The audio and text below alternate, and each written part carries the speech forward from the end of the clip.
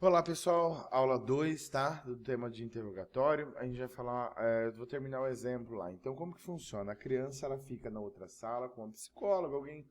Não tem psicóloga? Pega alguém uma pedagoga, alguém que entende, né? Questão infantil, né? E aí ela vai ficar brincando com essa criança e vai fazer as perguntas para a criança de uma forma diferente. Como se fosse assim, uma brincadeira, e a criança vai respondendo o que aconteceu naquele dia, aonde que o tio colocou a mão, o que que ele fez, e ela vai responder de uma forma assim mais natural. Como assim, nem vai lembrar, às vezes ela vai estar concentrada na brincadeira e falando de uma coisa que aconteceu 2 anos atrás, tá? Essa é a lei do depoimento sem dano. Beleza? A respeito da proteção do ofendido. A gente falou que algumas situações especiais, tá? A pessoa, a vítima, ela vai ser, às vezes ela tem que ser levada para um outro local, tá? Que tem um programa principalmente testemunhas, né? Mas no caso do ofendido, ele pode também ser levado para um outro local, ganhar uma nova identidade, ter uma proteção do Estado, tá? Aqui, que o material traz, ele traz, por exemplo, direito de intimação em algumas espécies, direito à intimidade, direito a um atendimento. Por exemplo, a vítima ela vai ser ouvida em juízo. Cara, se ela tem medo do cara que assaltou ela, do cara que estuprou ela, do cara que tentou matar ela, né? Se matou não dá, mas se tentou matar dá. Ela é um direito do réu que ele ouça as testemunhas. Porque ele tem que saber quem que está falando que ele matou, quem que está falando que ele roubou. É um direito dele estar presente, mas em algumas situações o juiz pode negar esse direito. Por exemplo, a testemunha ou a vítima falou, tenho medo do cara. Ele me ameaça direto, tenho medo, não quero falar na frente dele não. Então, nessas situações o juiz pode afastar o sujeito do local. Tá? Em regra ele fica no cantinho da audiência, ouve tudo, depois ele é ouvido. Tá? A respeito das testemunhas. As testemunhas, temos algumas classificações. Testemunha referida, referencial, tá? A testemunha referida ou testemunha do juízo, ela não é arrolada pelas partes. O MP coloca as testemunhas dela na denúncia. No caso de queixa-crime, o advogado faz a queixa-crime, ações penais privadas. O advogado, na hora de apresentar a defesa, coloca suas testemunhas também. Tá? Nós vamos falar dos procedimentos, procedimento ordinário, 8 testemunhas, procedimento sumário, 5 testemunhas. Vamos falar lá na frente disso, na próxima aula provavelmente. Tá? Testemunha judicial, testemunha própria, imprópria, tem algumas classificações doutrinárias aqui. Se vocês quiserem dar uma lida do material, especializar no tema, tá? Dificilmente vai cair na prova, porque são questões bem específicas. Uma prova de MP, de magistratura, provavelmente eles vão cobrar essas classificações. A prova mais comum eles não cobram não, tá? Testemunha direta e indireta, eles chamam de hearsay. Eu acho que é assim que escreve em inglês. Deixa eu só...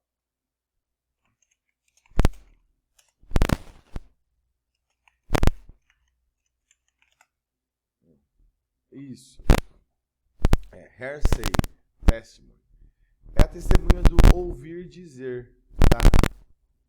Ela sabe o que aconteceu? Não. Mas ela ouviu os vizinhos falarem.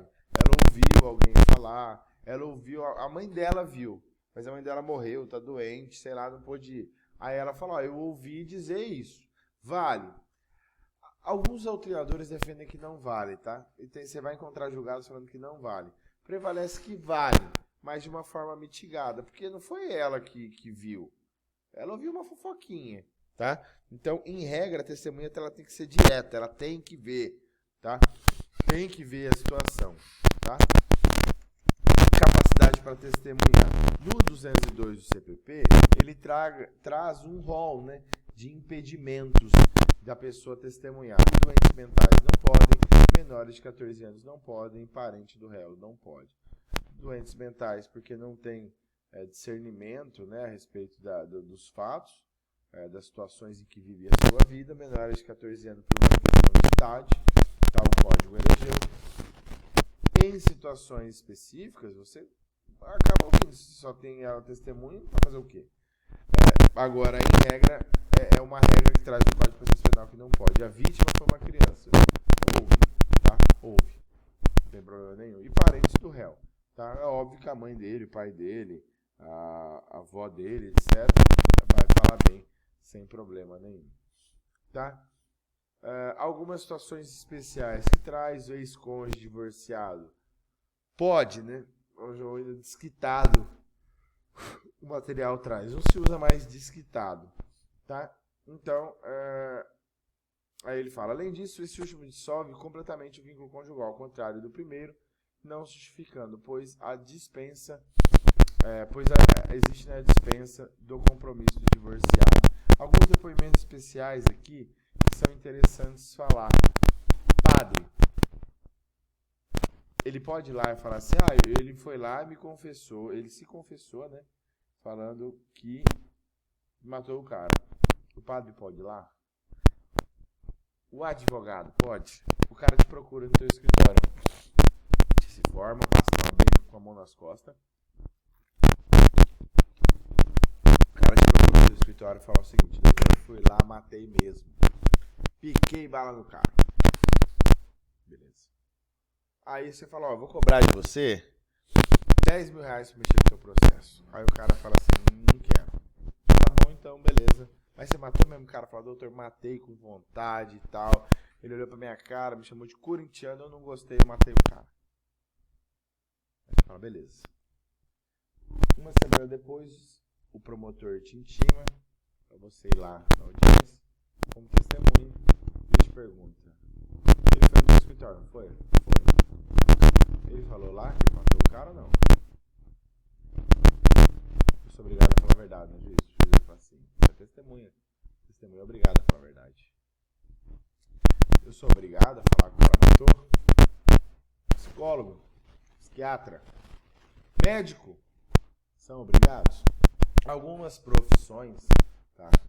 Ou vocações, se você for tratar de padre, por exemplo, padre é profissão, não é uma vocação. Existe um sigilo da profissão. Eu não posso ser intimado para depor como testemunha. Por quê? Porque a minha profissão de psicólogo impede, a minha profissão de padre impede, é um dever espiritual. Nessas profissões, o sigilo médico-paciente, por exemplo, não é obrigado a ir lá e testemunhar em desfavor do réu. Em favor, pode? Prevalece que sim. Em favor do réu, pode. Em regra, não pode. Agora, o psicólogo, por exemplo, o réu fala, ele quer traçar um perfil, por exemplo, dele, o MP quer tratar um perfil psicológico como se ele fosse um sujeito voltado, tem uma personalidade voltada para o crime, por exemplo, que é lá na dosimetria de pena é um agravante de pena, tá? Então, poxa, eu não posso ouvir meu psicólogo se o sujeito abrir mão e o psicólogo quiser, tá? Pode. Tá? Então, em situações específicas, desde que a própria pessoa abra mão, fala, não, eu quero que o meu psicólogo venha falar, eu abro mão do meu sigilo como paciente. E o psicólogo fala, se você abriu mão, por mim não tem problema nenhum. Ela vai lá e pode falar, enfim, explicar tudo certinho sobre as coisas que ela pode dizer, tá? É muito comum você, psicólogo principalmente, você ouvir. Então o juiz faz as perguntas, aquelas que a psicóloga pode responder, ela responde. Aquelas que ela não pode responder, ela fala, doutor, prefiro me abster de responder isso. Ponto.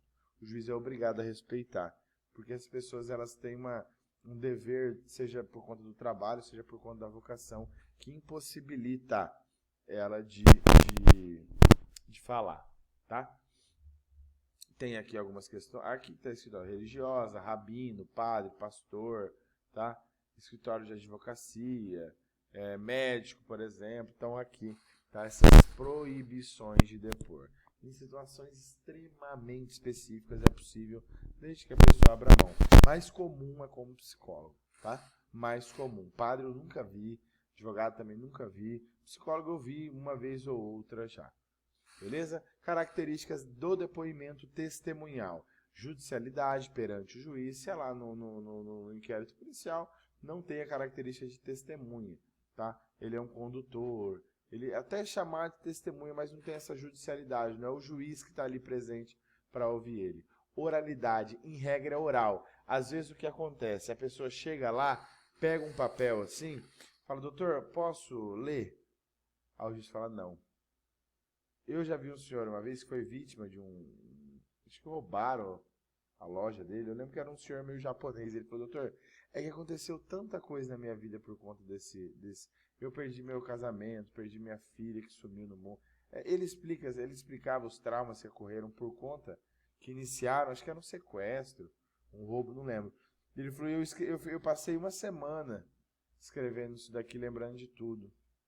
Eu não posso ler, o juiz falou, não, você tem que responder as minhas perguntas. Ao final, se você esquecer alguma coisa, você pode consultar.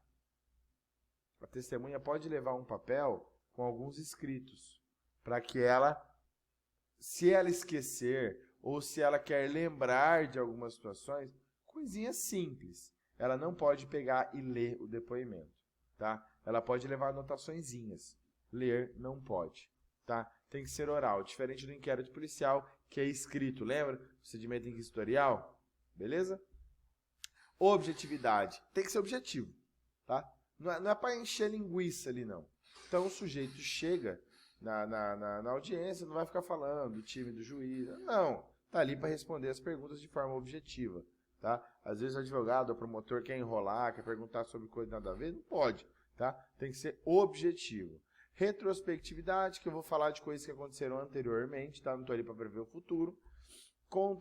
Tem algumas contraditoriedade, a outra parte ela pode fazer perguntas, porque às vezes o advogado combina tudo com a testemunha. O promotor pode pegar a testemunha no pulo. Já vi? Já vi uma vez no juizado. O cara era testemunha do acidente de trânsito, o juiz perguntou para ele, há quanto tempo você conhece? O cara narrou o acidente de trânsito de uma forma perfeita. Explicou tudo, mas combinado do jeito, o juiz desconfiou. Falou assim, você é conhecido dele? Você é amigo? Você é colega? Como é que é? Eu sou conhecido dele. Quanto tempo, Simão? Não, mas não sou amigo, não, sou conhecido. Então, beleza, testemunha, não é um amigo, testemunha. Mas quanto tempo? O cara falou, tem 1 ano mais ou menos que a gente já é amigo, a gente anda de moto de vez em nunca, assim, mas não tomamos tareneca do outro, não somos amigos, não. Conhecido, assim, de vez em quando a gente dá um rolê de moto lá no mesmo grupo, mas... Você conhece ele há quanto tempo? 1 ano. Aí o juiz foi lá no processo e falou, mas o acidente aconteceu 1 ano e meio atrás. Como que você conhece? Como que você estava com ele, sendo que você nem conhecia ele?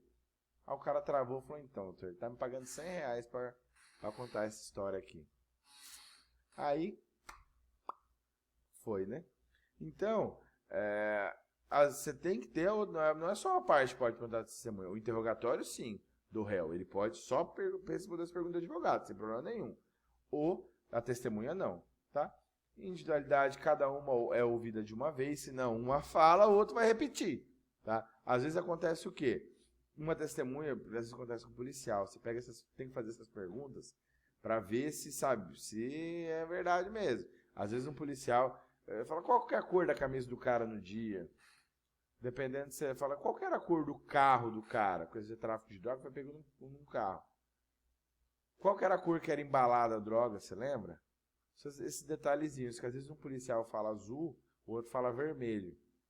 E isso demonstra o quê? Que às vezes pode ter sido um flagrante, né, preparado, um flagrante induzido, tá? Então, essas perguntas que a gente tem que fazer para poder, às vezes, pegar no pulo, tá? Pegar no pulo o sujeito, tá? Vou terminar esse bloco e a gente já parte para o terceiro e último bloco. Lembrando que serão 3 aulas de 15 minutos, mais ou menos, tá? A última vai ser mais rapidinha, mas aí eu tenho uma atividade para vocês fazerem relativa a às aulas de prisão e de competência, tá? São 5 questões, eu iria fazer em sala de aula, como por conta da gasolina, etc., não vai ter a aula, vou disponibilizar a aula aqui no YouTube e vocês fazem as questões de casa e me enviem por e-mail ou WhatsApp ou na aula que vem.